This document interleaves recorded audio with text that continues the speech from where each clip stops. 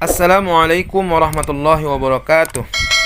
Masih di channel Matakur. Di video kali ini kita akan membahas tentang cara membaca kalimat yang saya tunjuk ini, la ta'manna. Adapun cara membaca ayat ini, ayat di surah Yusuf ayat 11 tempatnya, surah Yusuf ayat 11 ini.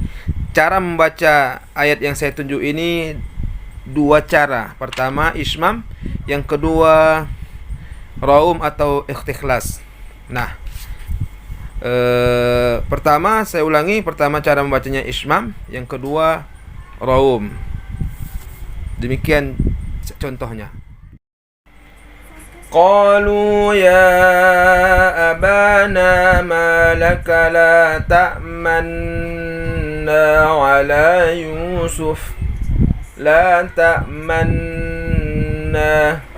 la ta'manna la ta'manna la ta'manna.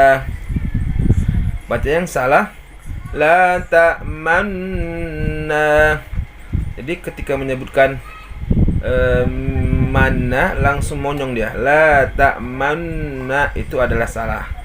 Atau yang kedua, la ta'manna, ketika dia memonyongkan bibirnya, dia tidak kembali lagi ke nun yang bertasdid. La ta'manna, salah. Jadi yang benar adalah la ta'manna, la ta'manna. Baiklah, itulah cara membaca ismam, la ta'manna. Itulah tadi cara membaca ismam. Yang kemudian contoh cara membaca ayat ini dengan cara raum. Qalu ya abana ma laka la ta'manuna ala Yusuf la ta'manuna ala Yusuf la ta'manuna ala Yusuf. Jadi bacaan raum adalah ketika membaca tulisan la ta'manna, dia baca la ta'manuna, tapi dengan kecepatan yang berbeda dari tempo bacaan. La ta'manuna.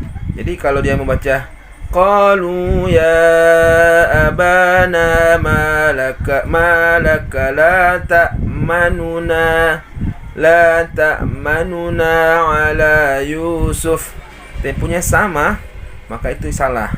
Yang betul adalah malaka la ta'manuna ala Yusuf. Itulah cara membaca raum. Jadi tulisan ayat la ta'manna ini cara membacanya ada dua macam. Pertama ismam, la ta'manna, atau yang kedua la ta'manuna. Nah, bila ada yang membaca malaka la ta'manna, ada yang membaca seperti itu, malaka la ta'manna ala Yusuf, apakah baca ini salah? Nah, kalau kita perhatikan, tidak ada satupun ulama qiraat yang membaca la ta'manna pada ayat ini. Berarti bila ada orang membaca ayat ini malaka la ta'manna, maka bacaan itu salah, karena tidak ada ulama yang membaca cara seperti itu.